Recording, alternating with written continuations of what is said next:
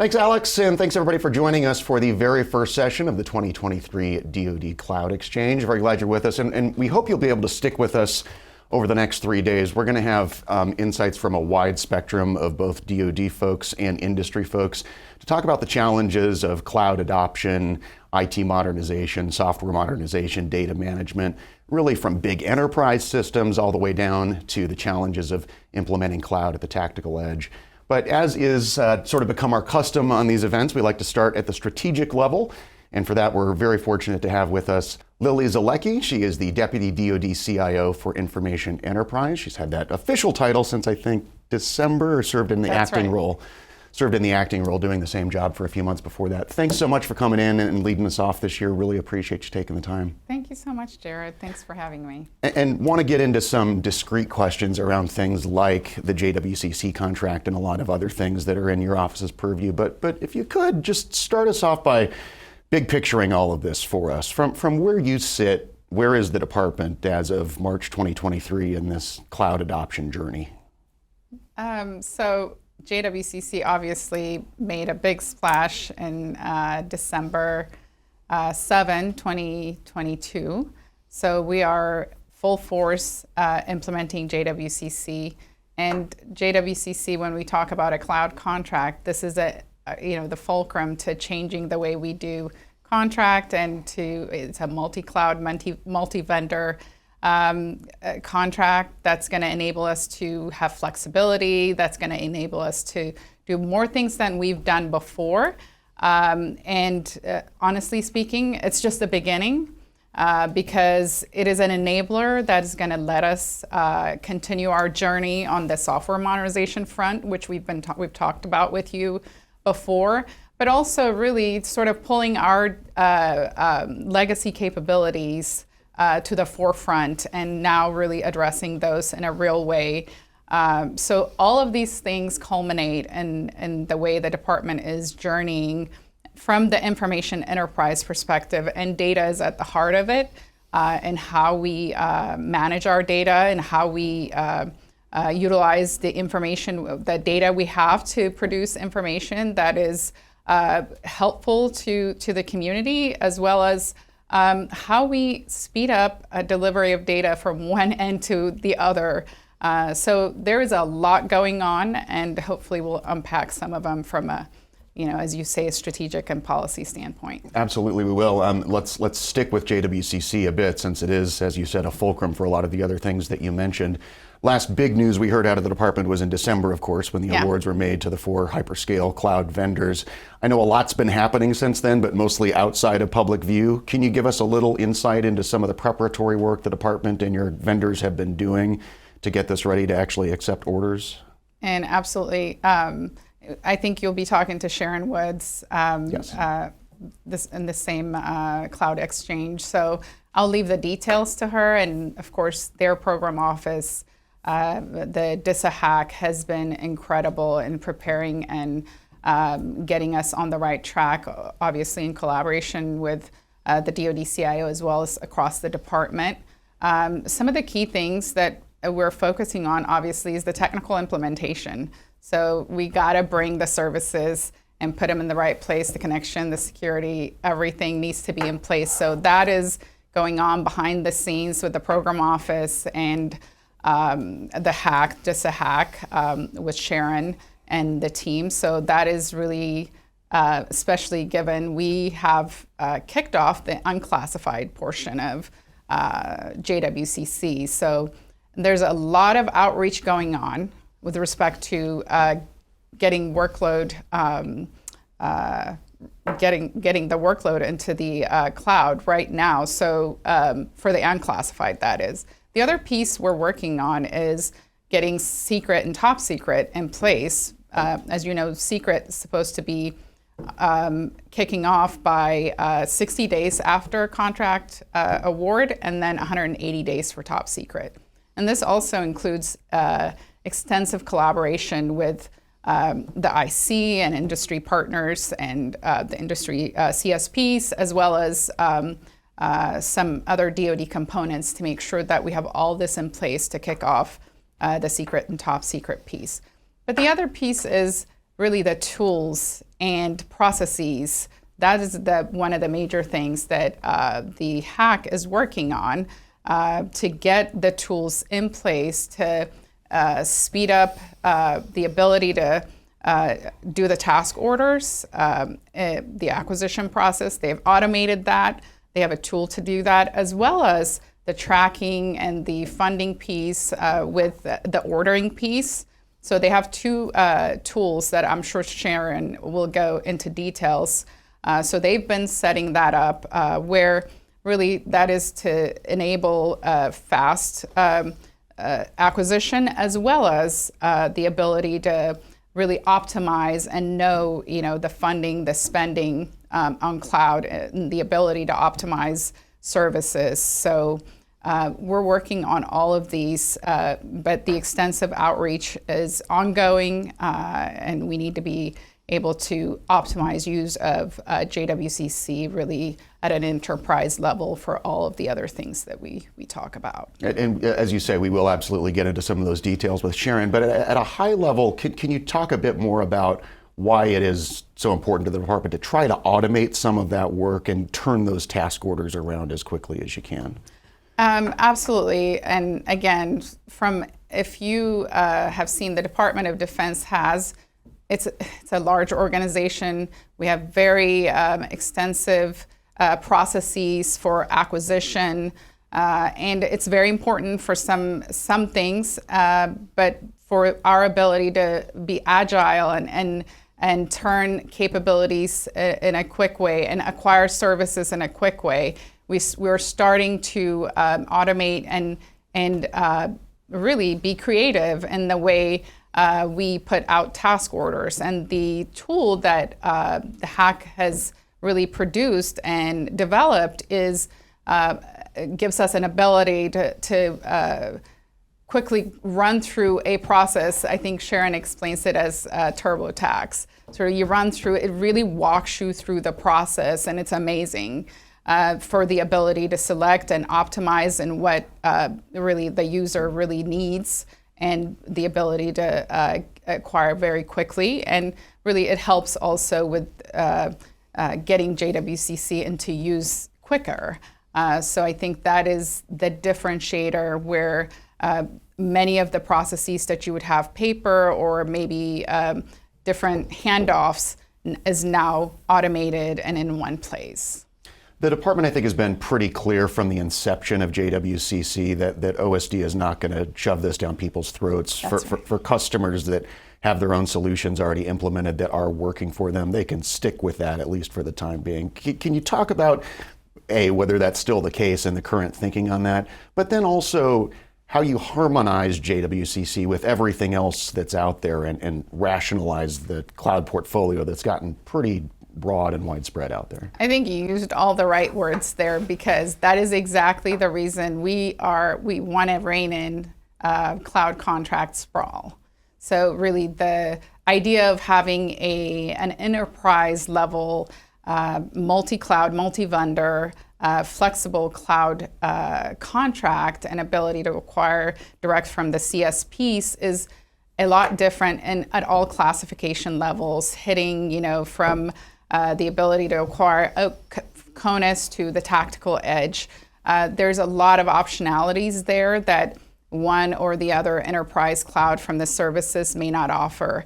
In addition, really the ability for us to really optimize and make many of our connections for a thing like a joint JADC2 joint operation, jointness of the forces, it is really imperative that we're all consistent in the way we acquired IT capabilities, as well as really honestly the operational use of anything that we acquire. So that is how JWCC will help us. But to your point, there's various things that we do through cloud contracts. So there may be things that the services that have in place right now that are platforms that help them optimize from a service standpoint. You're absolutely right. They're going to continue to use that. But ultimately, as we drive the ability to do the joint JADC2 operation, we have to all be sort of aligned in the way we acquire the systems, the capabilities, the interoperability is critical. So we're going to work with the services as we look at the way we proceed going forward in new cloud acquisition, for example, or in how when we rationalize, which you pointed out, we will rationalize across the board as much as we can, and how we invest, honestly, in cloud. We don't want to duplicate the efforts. We don't want to have various cloud contracts popping up that we cannot track. So I think there is a lot of work that's awaiting us, and rationalization is not an easy thing, and we'll talk about that when we talk about other IT initiatives. Really, that's one of the things that is foundational and fundamental for us to be able to, in a systematic and in a fair and in a real way, to get after getting everyone to optimize the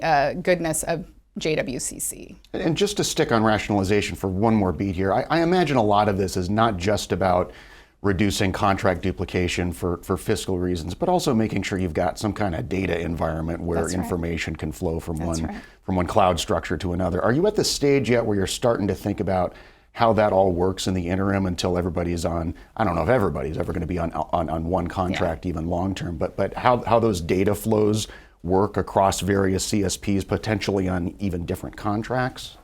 And that's a really good point. I think data in general is a big initiative for the department. As you know, with CDAO online, we're going to have to work with them as well as the CSPs, to your point of the ability to really optimize the data we have within the department collectively at an enterprise level, but also it flowing to the different components as we need them in a consistent way, and our ability to really make sense of all the data we have in a uniform way. We're all talking and using the same criteria, the same metrics, or at least consistent metrics in the way that we measure the mission output, because this is ultimately about supporting the warfighter, supporting the defense force that supports the warfighter. So you're absolutely right. There's a lot of work to do. Data is at the heart of it, and it is definitely going to be integral to the rationalization piece. Not just the data, also the tools and the systems and the capabilities, the IT capabilities that we have. What mission are they really serving? Do we lift and shift everything? No, that's not going to happen. So what goes, what stays, and making some hard decisions there as well. One of the themes that's come up over and over again in the few years we've been doing these events is that, it doesn't make a lot of sense to migrate workloads to the cloud just to go to the cloud. You do it because there's a lot of different innovative things you can do once you get there. From your perspective, what are the top things the department can start doing near term once a lot of these workflows are in a cloud environment? What are the near-term opportunities? The near-term opportunities, in my view, I think we can start moving workload that's ready. However, we do need to situate ourselves where we are rationalizing, which we've started already, to what moves to the cloud and what makes sense to move to the cloud. And if it's not the cloud, then how are we optimizing, whether it's data centers, wherever these systems reside? This is really where I'll bring up defense business systems, for example, right? We have hundreds of them, and most of them are legacy capabilities that will require either a lot of modification, refactoring, new code, or we're just going to have to let them run their life cycle and look into the future. So I think I talk about this a lot when I think of from an information enterprise perspective, and from my seat, where we really focus on is two worlds, and we are sort of the bridge that tries to move the department forward.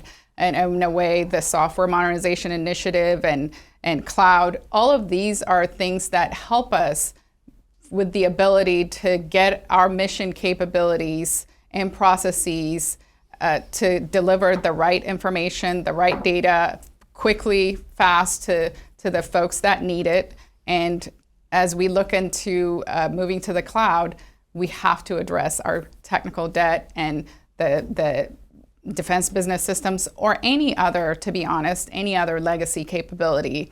Those are the things that we're thinking about right now. It's not just about, we don't move to the cloud just to move to the cloud. We move to the cloud for mission capabilities and to enable the warfighter to have better capabilities and flexibility and automation and AI and all these things we talk about to move us to the next level and in the competitive edge and to our competitors. That is really, it's across the board. It's not just about the cloud. So there's a lot of work that has to go on, and there's a lot of work that's already going on. It's not, it's ongoing. Let's stick with defense business systems. I think it's really important. And actually, on day 3 of our event this year, when I talked to a couple of the PMs who've successfully migrated, my sense is those successful migrations or cloud native implementations in the business system arena are still pretty rare, pretty few and far between. This oversight role from the OSD level over the defense business system space has kind of moved through various NDA cycles, from the CMO to somewhere else to CIO. It's back at CIO now, I think.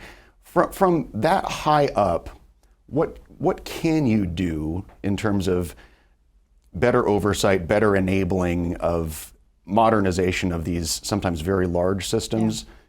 And I realize sometimes the answer is going to be you don't belong in the cloud. So talk with us a bit about how you see your role in improving things in that area. So one thing, this is the first time that it's come to the CIO.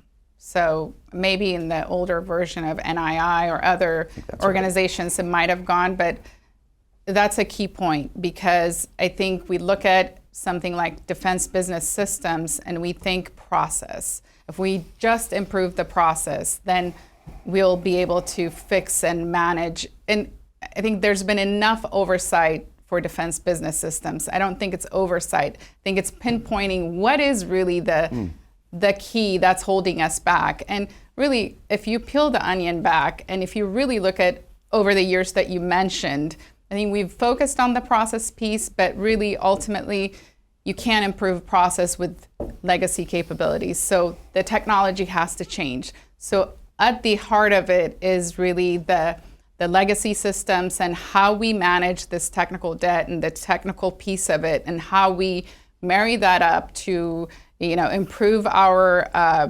architecture, improve our rationalization, and see, to your point of, there are many capabilities that may be duplicating, or how we manage to run their life cycle and get us to the next level of capabilities so we can actually improve the process that these defense business systems are supposed to be supporting.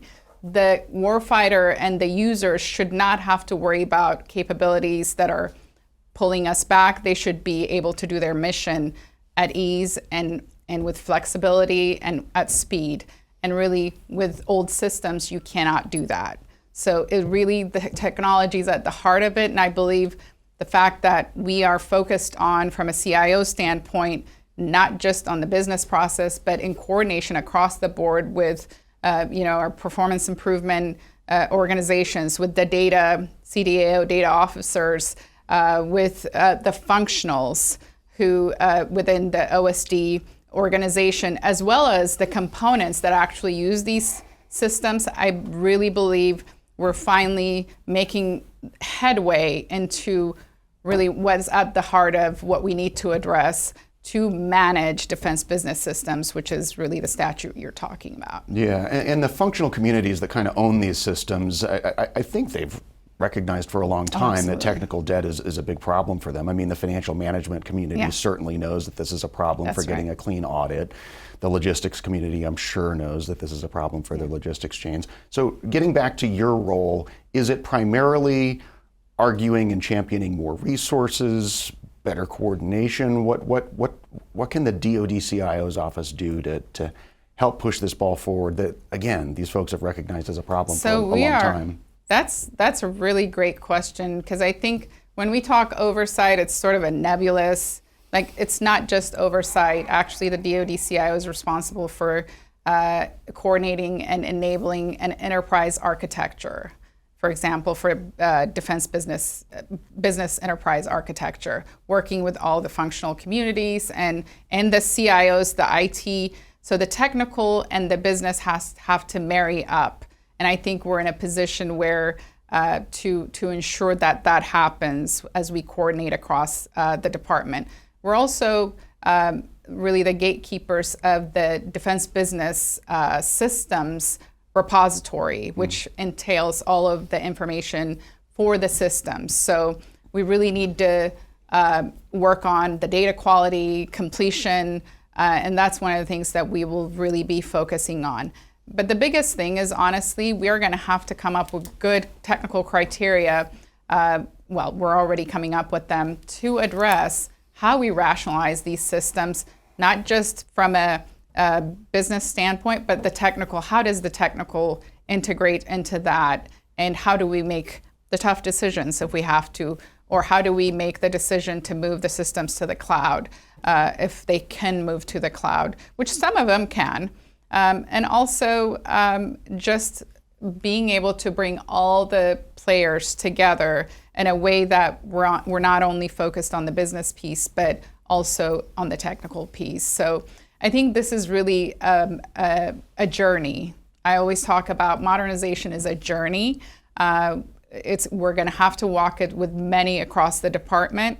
It's going to require all of us, and I can tell you it's not an easy journey. It's not going to be an easy journey. It's never easy. If we could have easily swept up the technical debt and moved, done great things with defense business systems, we wouldn't be talking about them right now. So it is really a heavy lift that is going to require all of us in the department, from data to business process to performance improvement to having really good metrics that is output driven, that is about the mission, that is about the users and the warfighter. What are we supporting? They gotta eat, they gotta get the things they need, they gotta get paid. We have to do all these things. So the functions support the bigger mission, the operational missions. So we really have to get focused on what we really need to focus on. Just one last quick thing on business systems. The repository you mentioned, that's interesting to me. It sounds like part of this is just cataloging what's out there. Is that a relatively new development, just identifying where all that technical debt actually lives? To be honest, it has existed. So we have data repositories for all of our systems. We just happen to manage and run the defense business piece. But data at large, getting the right data, clean data, being able to do the rationalization in a real way, being able to make the tough decisions depends on good data. I'm not saying, I think sometimes we just got to go with what we have and make some decisions, but we try to, really get better data in a way that we're able to make really good decisions. And that's really what I'm getting at. But another piece of it was really the enterprise data in a way. What is the functional data that these systems are handling? So that is the kind of thing that we'll be working on with the CDAO to make sure that we appropriately characterize the functional data in a way that, again, we go back to rationalization. When we talk legacy systems, we cannot just sweep up rationalizations. That's going to be the key part of it. The same with when we talked about cloud. Rationalization, because that's the only way we can optimize and we can look at things from an enterprise standpoint. And to your point, we're not going to sit here at an enterprise level and we're going to handle the entire enterprise from here. Our role is to set up a criteria from an enterprise level that then flows down to the functionals and to the components in a uniform way, where we're going to be able to feed the same kind of information, which data comes into play, and how you talked about characterizing and tagging the right data. That's what our role is, to set up the framework, to set them up for success, and with the structure that it needs and the governance it needs, to be honest. We've talked a fair amount about software modernization, but I want to dig in a little bit more on that, just because I thought it was a fairly significant development last year when the department released its first ever software modernization strategy, which was also the cloud strategy. The promise from that was that there was going to be quite a bit of follow-on work to get to eventually a more detailed implementation plan, working, I think, really importantly, outside of the CIO's office with other stakeholders from the acquisition community, from the R&D community. Talk about what's been happening on that front over the past year as you've worked to get to something a little more concrete to guide the department on software modernization, and where you want to really go here.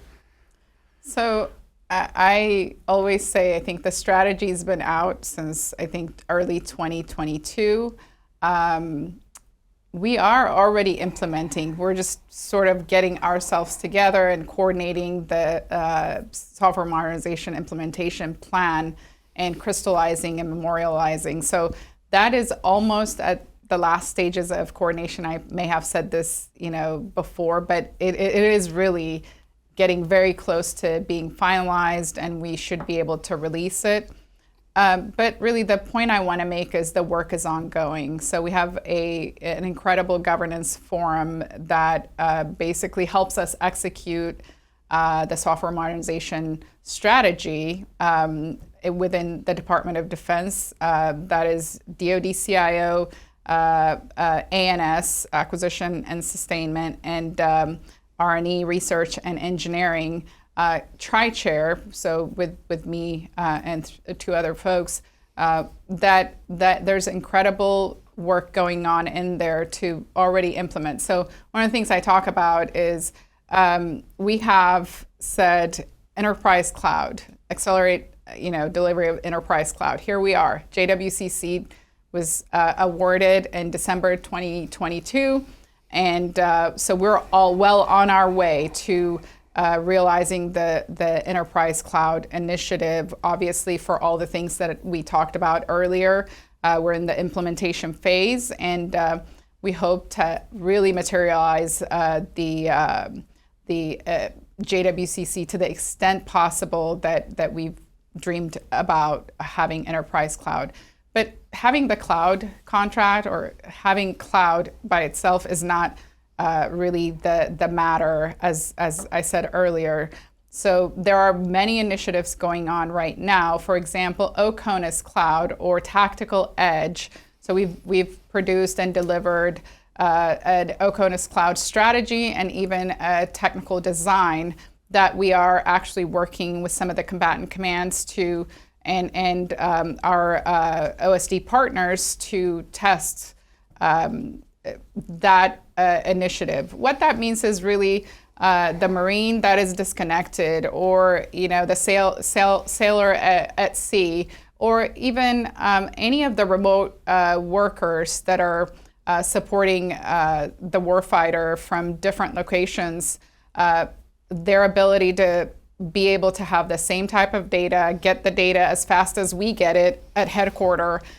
So getting the data to them and getting the right data to the Tactical Edge is an incredibly critical piece and a priority to the department from implementation standpoint. And so that is the other piece that we're working as well. And the other is really, you've heard us talk about software factories and DevSecOps, which is really combining and baking the security across from development to operation. And that's really becoming real. We have, I believe, 59 software factories, if I understand. So the other piece is we got to figure out now to make sure that we don't have software factory sprawl.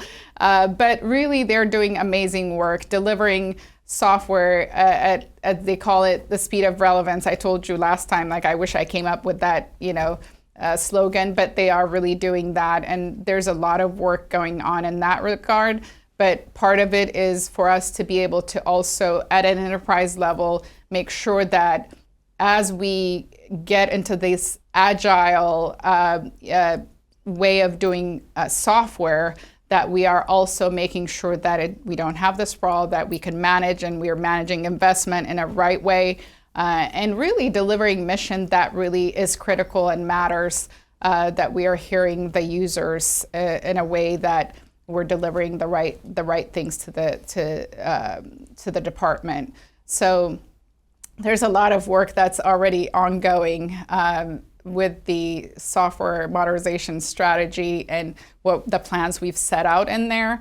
And hopefully we'll be able to show also the crystallized implementation plan very, very soon. And I hope I'll be able to talk to you about that as soon as it comes out. But basically, again, we're already working these. And even the defense business systems that I talked about, that's going to have huge implications to that in the way now as we look at to modifying defense business systems. One of the things we're looking at is, are you using modern software practice? Are you using the software acquisition pathway? So we are really sort of pinpointing in all directions from an acquisition standpoint, as well as all other capabilities that we are implementing. In a sense, we're already implementing. Yeah, you perfectly anticipated my next question, which was going to be on those software factories. Obviously, there's some really big examples of those factories doing great work implementing modern practices. Yeah. What's the problem with just letting 1,000 flowers bloom out there? Why do you need to worry about the sprawl that you mentioned if there's goodness in these? So I think I was talking to somebody that actually manages and works in one of the software factories just very recently. And one of the things that came up was capacity, right? So I think the software factories will have a certain capacity to meet this kind of agile way of doing business. And if we load them up with requirements without real consideration to really, is it going to meet capacity or surpass their capacity, then all of a sudden we've hampered, or I would say it's contrary to what we're trying to do. So that was like something new that just clicked to me. But ultimately, too much of anything that is not appropriately sort of organized and managed, it can become an issue. And I will point back again to defense business systems. We use all of these defense business systems today because we popped them up because we needed them. The same with the software factories. We want to make sure that the sprawl is managed and makes sense and is delivering the capability in the way that was supposed to be delivered, and there are no hindrances in a way that once you have these things in place, if there's too much capacity need or their ability to meet certain requirements, they can't scale, then I think we will have a problem. I'm not saying that's a problem, but these are the kind of things we need to think about ahead of time to make sure that we're managing it in a way it makes sense. But again, I think all these software factories are done by the services. We don't really have a very specific, like, you must do this and you must do that. There's some high-level guidance through the SSG that I talked about, the governance forum. And these are the things that we're continuing to work. And once again, this is another one that is a journey that we need to continue to walk to make sure that we optimize and do what we need to do with the right investment. But I think when you talk about who's actually writing the code, either in the factories or outside of the factories, a huge amount of it is done by vendors and not organic DoD personnel. How much of this is a industrial base issue, right? Because your contractors have been developing in waterfall fashion for decades. That's what the department has asked them to do. What can the department do? What is the department doing to also bring its vendor community into modernizing the practices that it uses to develop for the department? I think, to your point, I really believe they're already integrated into our community, and they're part of the process in helping us figure out from the legacy capability to the future. I really believe that the DIB, we can't do it without the DIB. It's the future technologies that they're bringing, as well as the ones that they've helped us develop, that we need to make meet. So they are at the heart of it. The software factories do most of their software, but to your point, we are still working within the system and within the systems and processes that exist today. So there's also that navigation that we're going to have to do as we're not going to overnight become like this only software factory and only in-house. And honestly, with the way we're going with JWCC and other things, leveraging the expertise and the incredible services that the DIB brings to the table is imperative to our having us have the advantage, information and decision advantage. I want to make sure we get to user experience in the time that we have left here. I've been hearing people throughout the department complain, maybe not the right word, express dissatisfaction with their government furnished equipment and networks for as long as I've been paying attention to these issues. It seems like it's caught fire a little bit in the past year or so, and including through social media. This whole idea of fix my computer has become the anthem, and it seems to have caught the attention of some of the Service Sixes, the IT leadership in the military departments. What are you seeing in terms of individual defense components who are really getting after this issue, and what can you do at the DoD CIO level to help? So this is really, honestly, on mine and Mr. Sherman's top priority agendas. Is we're looking at everything I talked about right now from a user experience perspective, as well as the technical debt, which really plays part of it, right? When we have old technologies or not refreshing as quickly as we need to for the equipments you talk about, or the performance of some of our networks, all of these things play a factor into the user's ability to optimize and get quick service or quick sign-on or whatever it may be. So we are very much focused, and in any of the issues we work, we are actually looking at it from that lens. And one of really the critical things that we believe strongly is that we need to come up with the proper metrics. We need to come up with monitoring. We need to come up with in a way that we automate and monitor our systems, that we can really see the trends, but also we've got to have aggressive outreach and communication with the user base. I think that happens, individually or separately by the components, but I really feel from my perspective and from my seat, I really need to make sure that we have a really clear plan for engagement with the user and hear and deliver the capabilities that they are asking us or the modifications that they're asking us to make versus sort of assuming.